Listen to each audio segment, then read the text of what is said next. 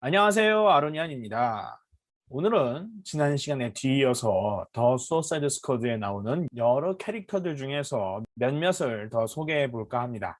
오늘 소개할 캐릭터는 바로 몽갈, 블랙가드, 자벨린, 그리고 싱커 이 네명입니다. 먼저 몽갈입니다. 몽갈은 1995년 쇼케이스 95 볼륨 1회 8호에 처음 등장한 슈퍼맨의 악당입니다. 다만 이때는 이름조차 없이 확실히 누군지 밝혀지지 않다가 한참 뒤인 2001년에서야 제대로 정체가 밝혀지면서 등장하게 되는데요. 그녀는 바로 슈퍼맨의 숙적인 몽굴의 딸이었습니다. 하지만 정말 단역이었는데요. 맥시마라는 슈퍼맨의 악당 겸 조력자가 죽어서 그녀의 뒤를 이어 맥시마가 지배하고 있는 외계 행성인 알머락을 몽갈이 지배하게 된 것 말고는 큰 활약이 없었습니다. 머지않아 그녀의 남매인 몽골 2세가 그녀를 죽였기 때문인데요. 이후 여러 애니메이션에 나오고 이번에 배우 메이링 응으로 더 수어사이드 스쿼드에서 실사화가 된 걸 생각해보면 의외의 원작 프로필입니다. 블랙가드는 천이라는 범죄 조직의 현장 요원이었는데요. 천이라는 범죄 조직이 있기 전에는 놀랍게도 백이 있었고 백과 연관이 있는지는 알려지지 않았지만 10이라는 조직도 있었습니다. 10이라는 범죄 조직은 2007년 슈퍼맨 665호에서 처음 나왔는데요.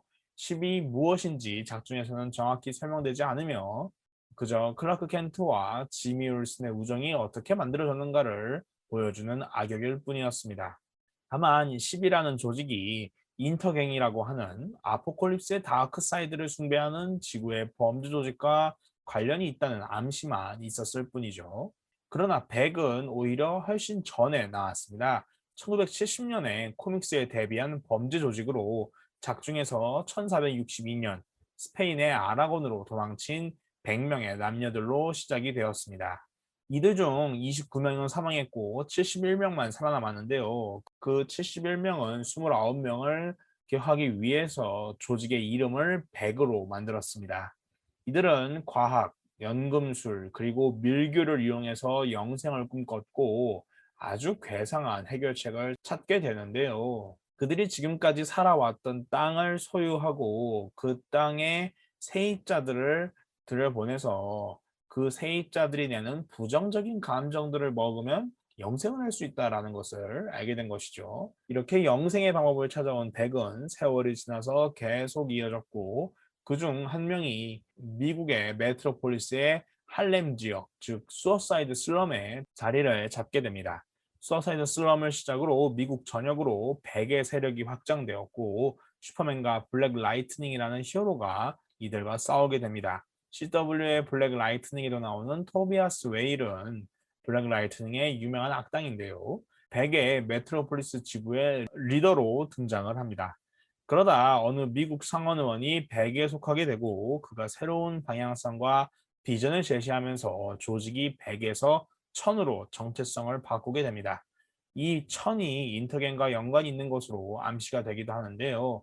천의 현장 요원이었던 블랙가드는 부스터 골드와 싸웠고 천은 부스터 골드와 블랙가드 둘 다 죽여버리려고 했습니다.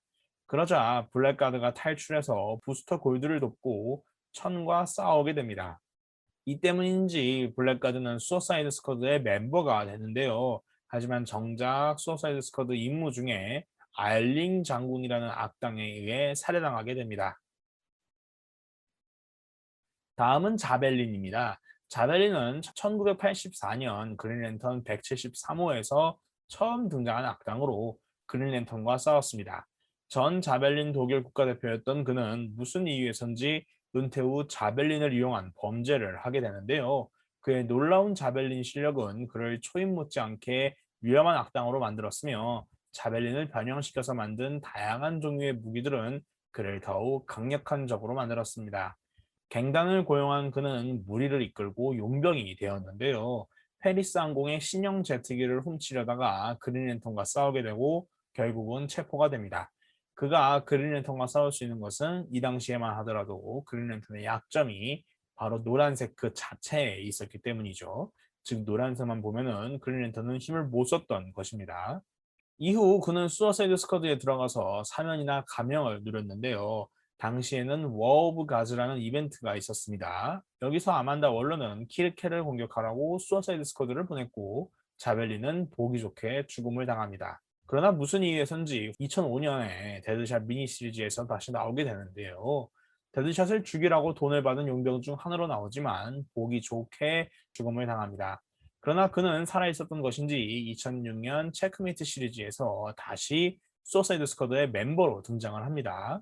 미러마스터가 그를 스카우트해서 펀치 앤 주얼리, 플라스티크와 같이 활동을 했지만 멤버인 타투드맨이 배신하는 상황에서 차에 치이고 맙니다. 멤버들은 그가 죽었다고 생각하고 떠나게 되는데요. 그러나 아직 그는 살아있었고 그는 크라이 포 저스티스라는 이야기에서 프로메테우스라는 악당이 소집한 악당들 중 하나로 나오게 됩니다. 하지만 여기서도 그는 단역으로 사라지고 말았죠. 다음은 싱커입니다. 더 수어사이드 스쿼드에서 배우 피터 카팔디가 맡은 싱커의 이름은 가이우스 그리브스인데요. 원작에선 이런 이름의 싱커가 나온 적이 없습니다. 기괴한 외형과 수어사이드 스쿼드의 타겟이라는 점은 뉴 52의 싱커와 어느 정도 유사한 면이 있지만 뉴 52의 싱커는 이름이 공개된 적이 없죠. 어쩌면 영화의 성공으로 가이우스 그리브스가 원작으로 역수입되는 것은 아닌가 생각도 듭니다. 이때 싱커는 클리포드 드보라는 악당으로 싱킹 캡이라는 특수한 헬멧을 써서 정신력을 더 강화하고 무기화할 수 있었습니다. 원래는 고담시에서 변호사로 지냈는데 악당들을 변호하다 보니 그들이 죄다 멍청하다는 걸 알게 되었고 자신의 고지능을 범죄에 이용하고자 했죠. 그는 싱킹 캡을 스스로 개발하게 되고 키스톤 시티에서 플래시의 악당이 됩니다. 인저스티스 소사이어티에서 플래시와 싸웠던 그는 수어사이드 스쿼드의 멤버가 되었는데요. 그가 할 임무는 소련으로부터 호크라는 히어로를 구하는 것이었죠.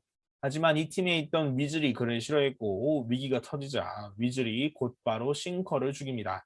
죽은 싱커로부터 릭 플래그가 싱킹 캡을 회수하는데요. 이 싱킹 캡이 릭 플래그를 조종해서 위즐을 죽이게 만듭니다. 하지만 사실 싱커는 살아있었는데요. 서사이드 스쿼드에 탈출하기 위한 방법으로 죽음을 위장한 것이었죠.